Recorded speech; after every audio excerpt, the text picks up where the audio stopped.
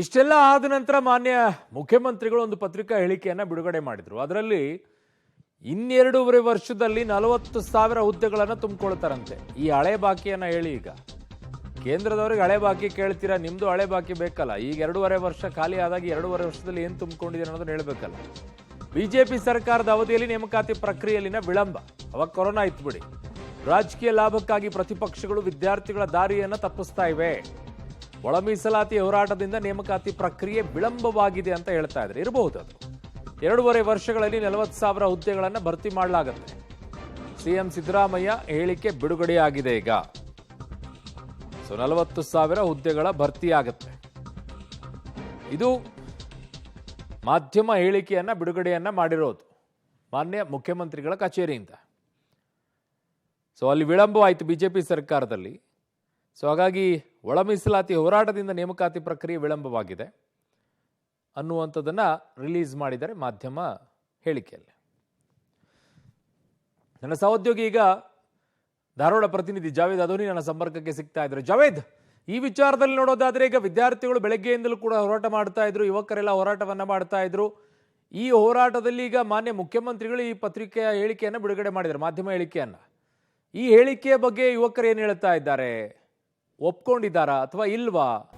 ನಿಜ ಅರುಣ್, ಇವತ್ತು ಬೆಳಗ್ಗೆಯಿಂದ ಧಾರವಾಡದ ಉದ್ಯೋಗಾಕಾಂಕ್ಷಿಗಳು ಸಾಕಷ್ಟು ದೊಡ್ಡ ಪ್ರಮಾಣದ ಹೋರಾಟವನ್ನು ಮಾಡಿದ್ರು. ಸಂಜೆವರೆಗೂ ನಾವು ಹೋರಾಟನ ಕೈ ಬಿಡಲ್ಲ ಅನ್ನುವಂಥ ಒಂದು ಒತ್ತಾಯ ಕೂಡ ಮಾಡಿದ್ರು. ಆದರೆ ಸಿಎಂ ಅವರು ಏನಂತಿದ್ರೆ ಈ ಉದ್ಯೋಗ ನಾವು ಸೃಷ್ಟಿ ಮಾಡ್ತೀವಿ ಅನ್ನುವಂಥ ಒಂದು ಹೇಳಿಕೆಯನ್ನು ಬಿಡುಗಡೆ ಮಾಡುವಷ್ಟರಲ್ಲಿ ಪೊಲೀಸರು ಇವರ ಹೋರಾಟಕ್ಕೆ ಮೊಕಟುಗೊಳಿಸಿದ್ರು. ಪ್ರಮುಖವಾದಂಥ ಏನು ಹೋರಾಟಗಾರರಿದ್ರು ಅವರನ್ನ ವಶಕ್ಕೆ ಪಡೆದ್ರು. ಇದೇ ಜಾಗದಲ್ಲಿ ಬೆಳಿಗ್ಗೆಯಿಂದ ಹೋರಾಟಗಾರರು ಹೋರಾಟವನ್ನು ಮಾಡ್ತಾ ಇದ್ರು. ಇಲ್ಲಿ ನೋಡ್ತಾ ಇರ್ಬೋದು, ಈಗ ವಾಹನ ಸಂಚಾರ ಕೂಡ ಆರಂಭವಾಗಿದೆ.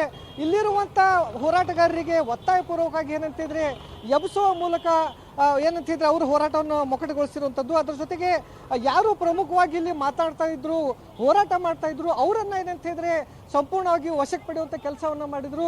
ಹೀಗಾಗಿ ಇಲ್ಲಿವರೆಗೆ ಯಾರು ಹೋರಾಟಗಾರರಿದ್ರು ಅವರು ಯಾವುದೇ ರೀತಿಯಂತ ಹೇಳಿಕೆಯನ್ನ ಕೊಟ್ಟಿಲ್ಲ. ಮುಖ್ಯಮಂತ್ರಿಗಳ ಪತ್ರ ಬಂದರೂ ಕೂಡ ಅವರು ತಮ್ಮ ಹೋರಾಟ ಕೈ ಬಿಡುವಂತ ಸಾಧ್ಯತೆ ಕಡಿಮೆ ಇರುವಂತದ್ದು. ಯಾಕಂತ ಇವತ್ತೇ ನಮಗೇನಂತ ಒಂದು ಜಾಬ್ ಕಾಲ್ಫರ್ ಮಾಡಬೇಕು ಅನ್ನೋಂಥ ಒತ್ತಾಯವನ್ನ ಈ ಒಂದು ಹೋರಾಟಗಾರರು ಮಾಡ್ತಾ ಇರುವಂತದ್ದು.